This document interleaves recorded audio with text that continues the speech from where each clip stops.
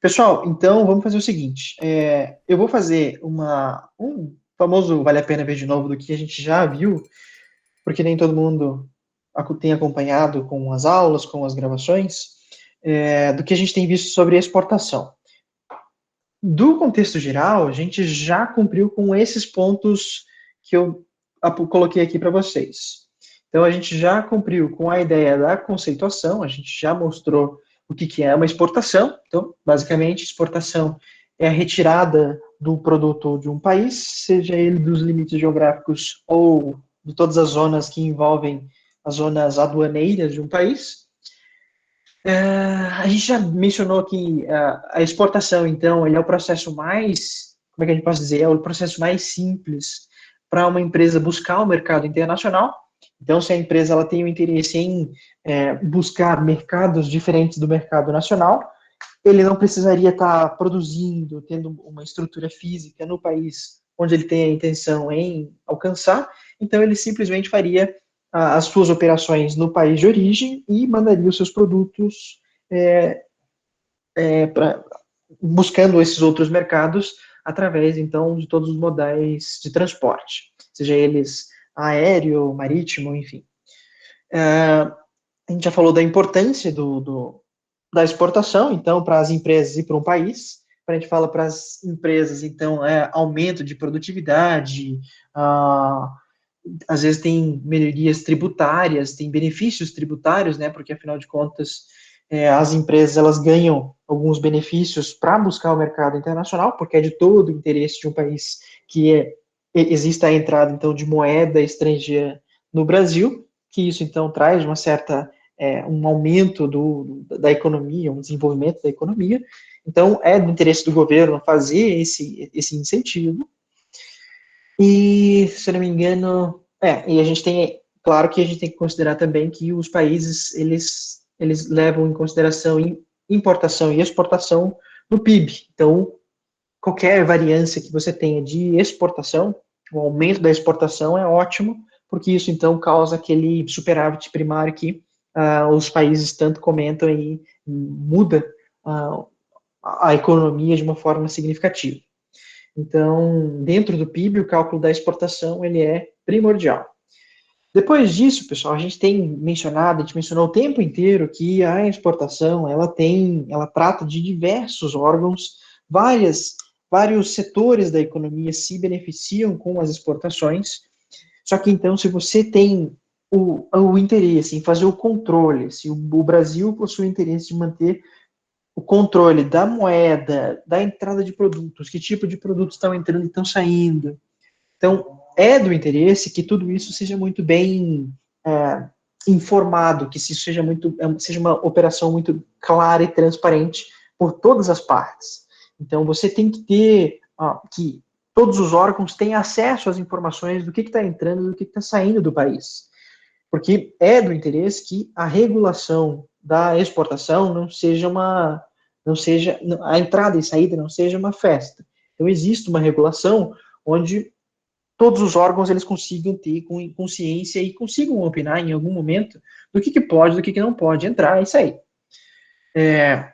Então, por isso, é do interesse do país, ou foi do interesse do Brasil, a criação desse sistema de comércio exterior, que ele é, então, um órgão totalmente integrado com ele é integrado, ele é integrado, então, com todos esses órgãos no país, que, então, você consegue ter acesso às informações do que está entrando, do que está saindo, e isso traz, então, a possibilidade desses órgãos oferecerem medidas de regulamentação do que entra e do que sai.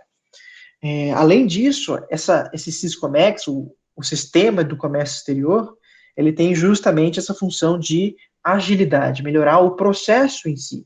O processo de internacionalização e o processo de exportação e importação de produtos, ele fica cada vez mais ágil com esse sistema. Então, evita-se ter toda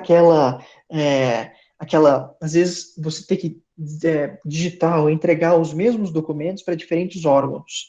Aqui, então, todos os órgãos conferem todos os documentos ao mesmo tempo, não precisa você ficar tendo toda aquela burocracia com papelada e a demora no trânsito dos produtos. Então, inclusive, isso beneficia justamente o interesse das empresas internacionais em buscar o mercado brasileiro, porque justamente existe um processo ágil de entrada e saída de produtos. Então, não existe uma morosidade entre, se você quisesse fazer a exportação de um produto, ou a exportação de um produto brasileiro. Que mais? Acho que é isso. Depois, pessoal, eu tenho que mostrar para vocês o seguinte.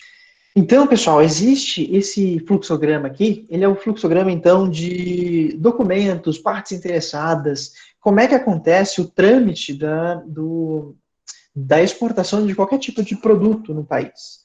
Então, do que a gente mencionou, o principal documento, deixa eu ver se eu consigo acessar ele fácil aqui, o principal documento que vai dar a liberação da exportação dos produtos, então, é a declaração de exportação, ou esse despacho de exportação. Cadê ele?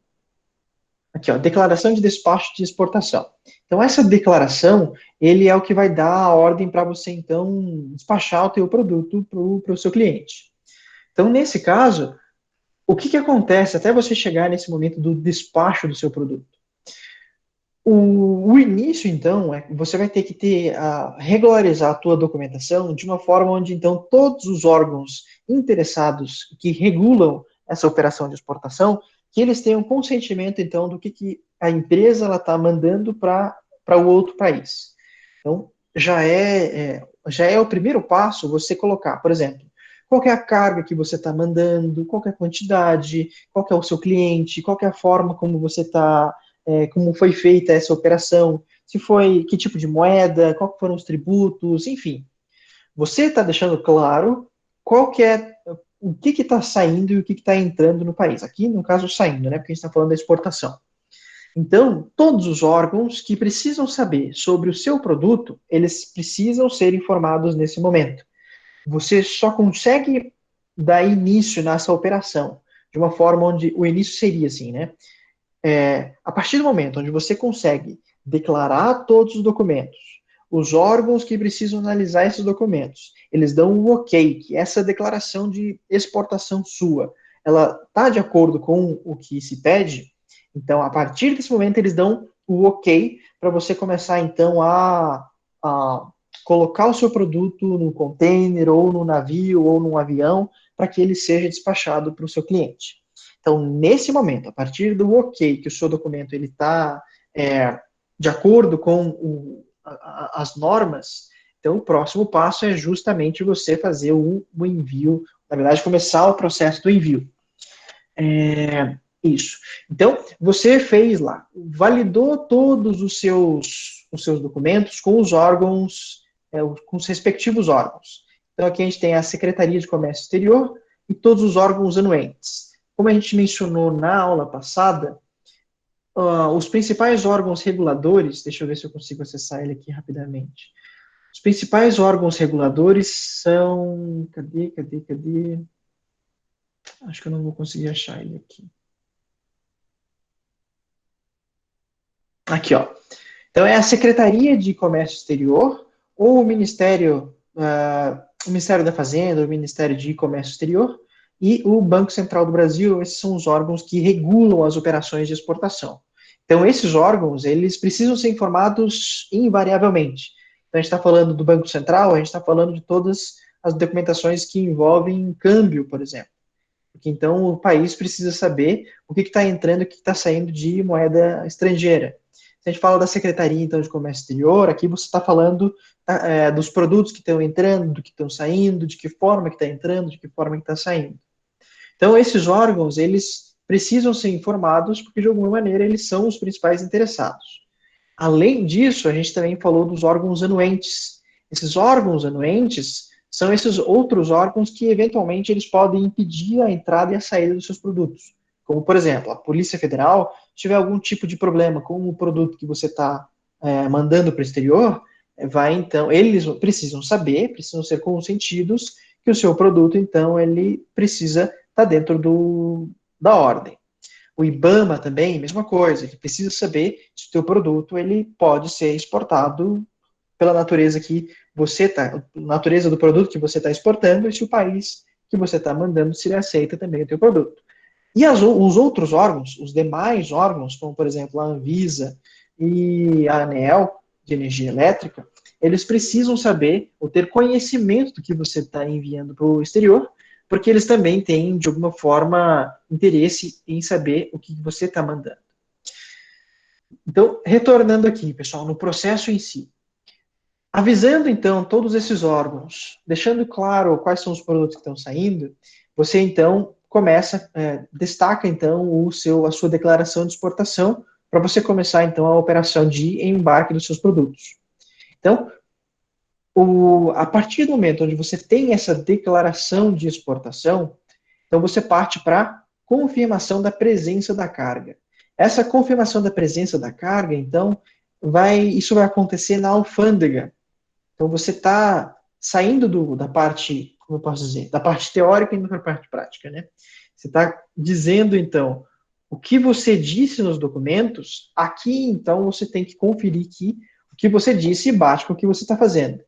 Então, a alfândega, você vai demonstrar aqui o que você disse que você vai mandar para fora, se de fato é isso que você está colocando dentro dos containers. Então, analisando, confirmando a presença da carga que você disse, você então vai registrar o embarque desse produto para o exterior. Então, de acordo com a forma como você vai mandar, você vai registrar, e esses registros eles também são encarregados de ir junto com esse produto, porque afinal de contas, chegando no país de destino, a alfândega do país também vai observar esses documentos para saber se confere o que saiu com o que chegou. Nesse caso, então, você adapta esses documentos dentro da carga que você está mandando, e a próxima parte, pessoal, que vai chegar em um momento onde o seu produto ele vai chegar num momento de parametrização. Esse termo de parametrização vai chegar então na alfândega. A alfândega ele vai analisar o teu documento, ou vai analisar que tipo de produto que está chegando, e ele vai. É como se fosse um farol. Então tem o farol verde, o farol vermelho e o farol laranja. Nesse caso, se o teu produto ele cai num canal verde, que é o termo que utiliza no comércio exterior, se ele cai no canal verde, então ele tem livre acesso, ele não precisa nem analisar mais a documentação. O teu produto ele simplesmente já vai para o desembaraço, que é ele para você ter acesso àquele produto, para o cliente ter acesso àquele produto. Então, caiu no canal verde, ele já vai direto para o desembaraço, vai direto para o acesso ao cliente. Só que, se o teu produto, de alguma maneira, ele teve algum tipo de inconformidade com a ordem e ele cai no canal laranja, quer dizer então que em algum momento eles vão ter que analisar os seus documentos. Eles vão analisar, vão ver se de fato está tudo certo, se teve algum problema. Analisando esses documentos, ele vai para o próximo passo. Se teve uma inconformidade, se o produto que você disse que mandou, ele não está de acordo com o que você mandou, então ele vai para o canal vermelho.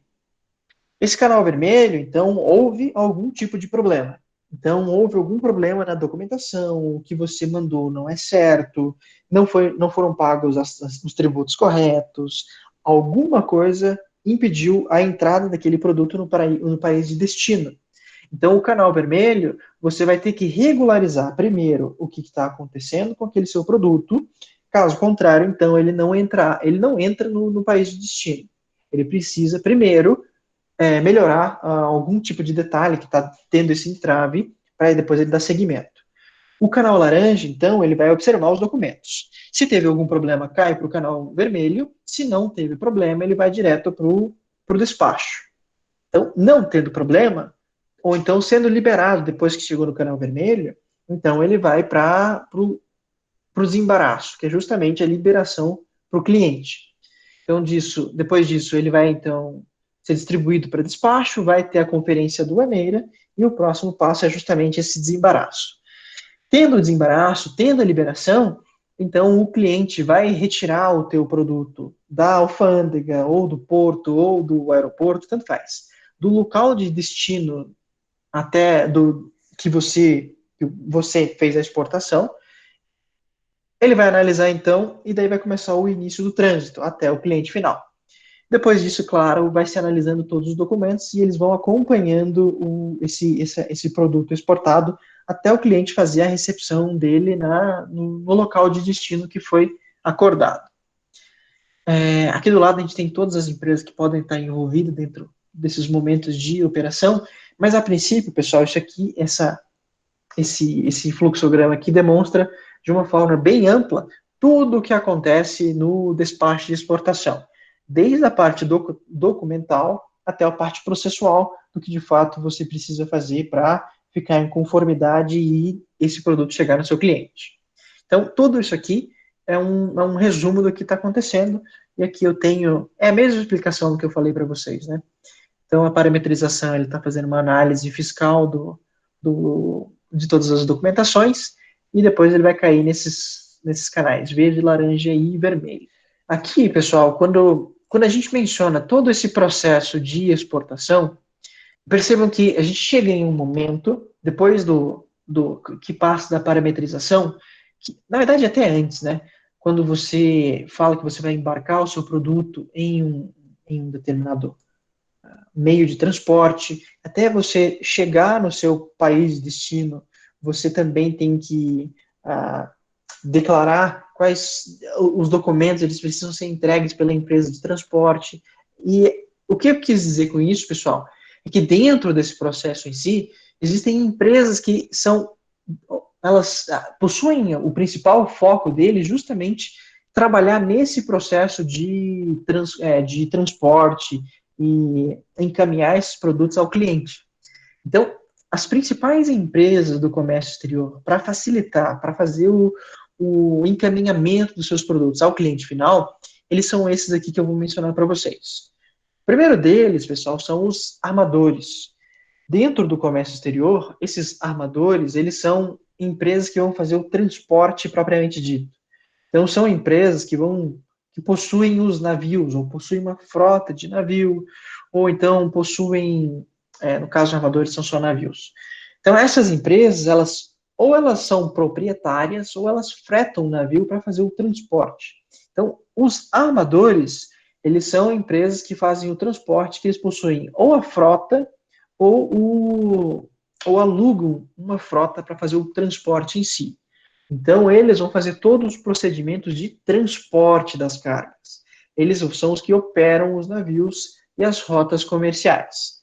Essa é a principal definição para os armadores. Só que então, pessoal, percebam que esses armadores, eles são responsáveis somente pelo transporte. Quem vai fazer o manuseio das cargas, consolidar um container, retirar, colocar, tudo isso não são os armadores. Existem empresas que são responsáveis por manusear os containers em si. Essas empresas, então, elas são chamadas de agenciadoras de cargas. Elas fazem o agenciamento das cargas. Deixa eu mencionar isso aqui primeiro. Inclusive, deixa eu fazer isso.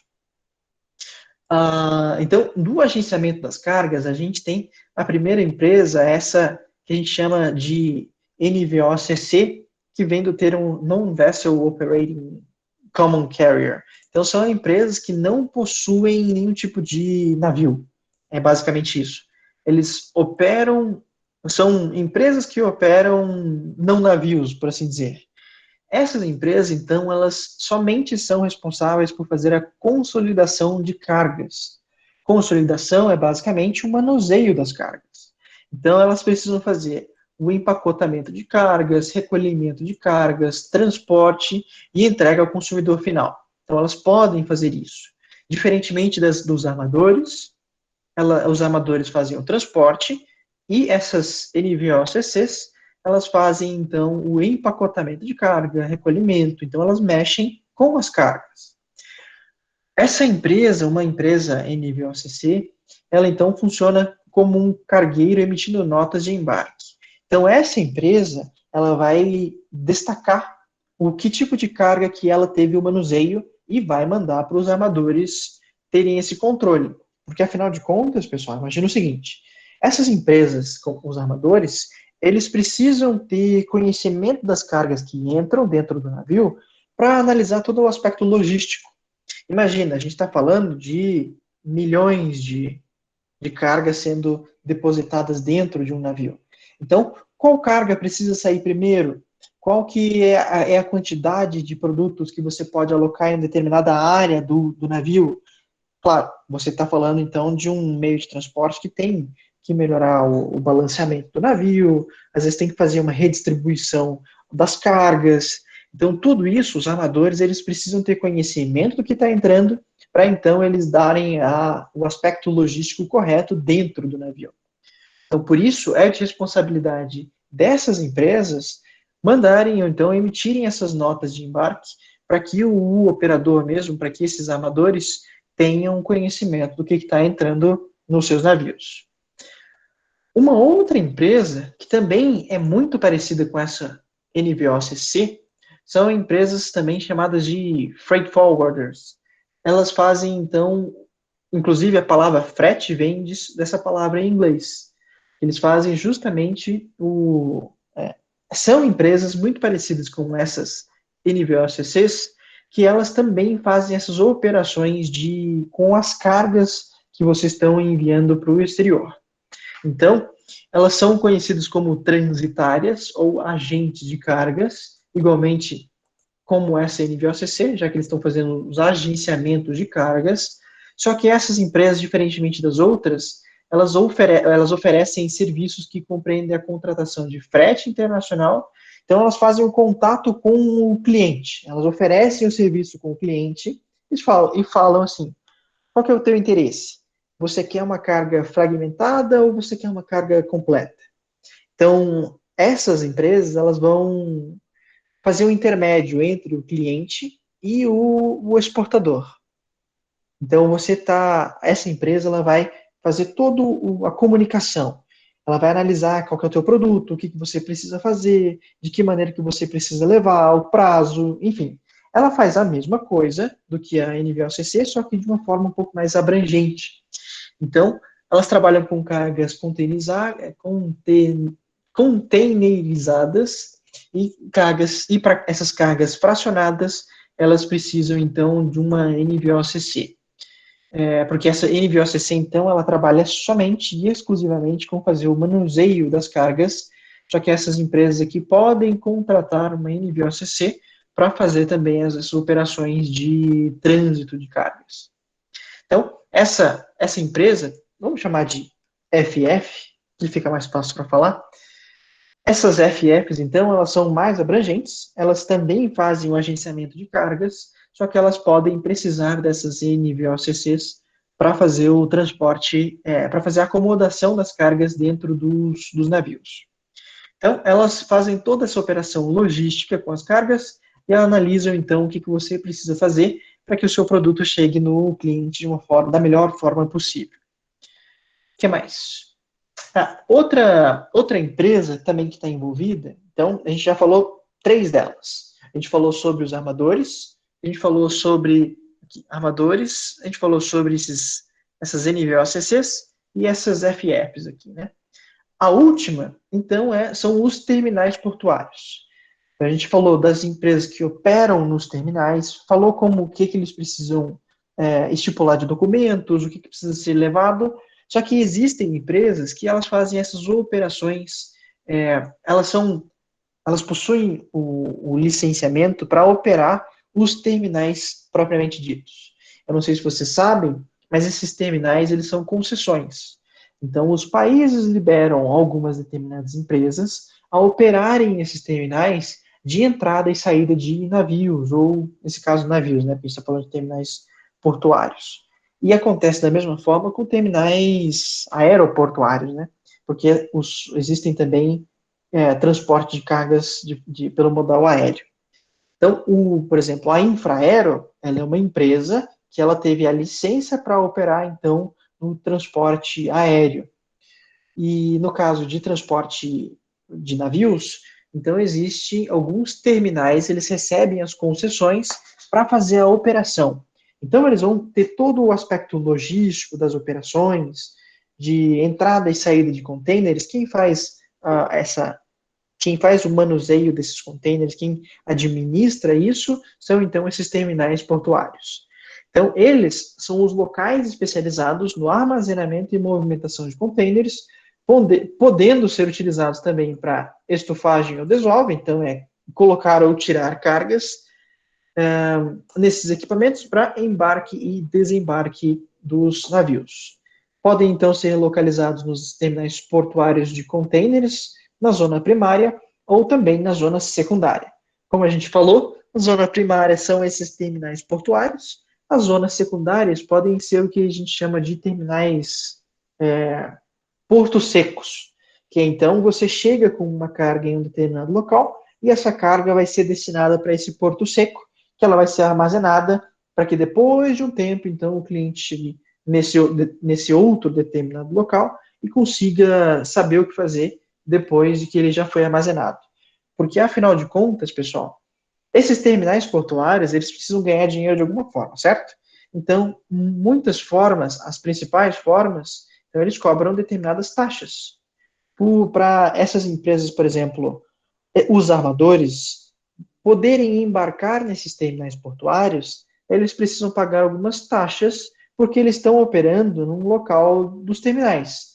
Então, os terminais, eles têm, querendo ou não, são empresas que fazem operações administrativas para melhorar, então, os serviços.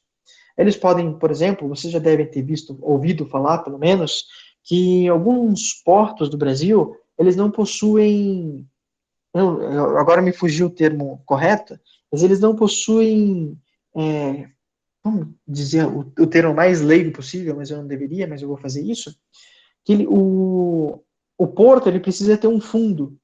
O navio que entra, às vezes a especificação de um determinado navio, ele não consegue entrar naquele porto. Então, os portos, eles precisam fazer obras de adaptação para que uns determinados navios consigam entrar naquele país. E essas obras, obviamente, custam e esses terminais, eles precisam cobrir essas operações de alguma maneira. Então, os terminais, eles cobram para que as empresas, então, operem dentro desses locais. Então, entrada e retirada de container, enfim, aquelas empresas que a gente mencionou, essas NVOCCs e essas freight forwarders, elas trabalham justamente operando nos terminais para fazer justamente essa estofagem ou desova de cargas. Então, nesse caso, elas precisam pagar algumas taxinhas. Então, esses terminais, eles recebem pelo serviço com essas taxinhas e elas utilizam, então, para custear as suas operações. Os terminais portuários, então, eles são classificados, eles são terminais utilizados por esses armadores, como eu mencionei, que podem ser próprios ou de terceiros. Então, esses terminais, você pode ter acesso desses armadores, e esses armadores, então, quando, de alguma forma, os armadores, eles demoram muito para fazer a extração as empresas que estão operando demoram muito para fazer o manuseio das cargas, existem algumas taxinhas que são cobradas. Uma delas, se eu salvo engano, é essa demorragem. Essa demorragem, pessoal, é um termo de quando uma empresa ela demora muito para fazer o desembaraço dos containers. Se por algum problema o container ficar mais tempo do que deveria ficar no local onde foi estipulado, então as empresas, tanto a empresa que fez a importação daquele produto, como as empresas que operam, elas pagam algumas taxinhas. Então, demorrage, se não me engano, salvo engano, o termo em francês quer dizer demora. Então, ele demorou para sair daquele local, então você vai ter que pagar uma taxinha. Então, esse fretador, ele vai ter que pagar uma taxa, porque as suas operações, elas atrasaram no momento de carga e descarga. Então, nesse caso, você vai ter que pagar para os terminais portuários essa determinada taxinha de demora nas suas operações. Então, pessoal, que mais? Acho que é isso. Aqui, então, a gente contempla as principais empresas e o que elas fazem dentro do processo em si. O processo em si, então, ele engloba vários órgãos, várias empresas, vários documentos, vários processos. E isso, pessoal, está tudo documentado nessa apresentaçãozinha aqui que eu vou mandar para vocês. Inclusive tem o Syscomex, tem tudo mais. Aqui então, pessoal, deixa eu retornar para esse canto de cá. Então, pessoal, aqui a gente tem os principais conteúdos, eu acho que a gente englobou de uma forma geral todos. A gente falou sobre os documentos, a gente falou sobre o processo, parametrização e empresas envolvidas. Syscomex também. Então, pessoal, a gente conclui o conteúdo de exportação com isso. A princípio, é isso, pessoal. Todo mundo entendeu?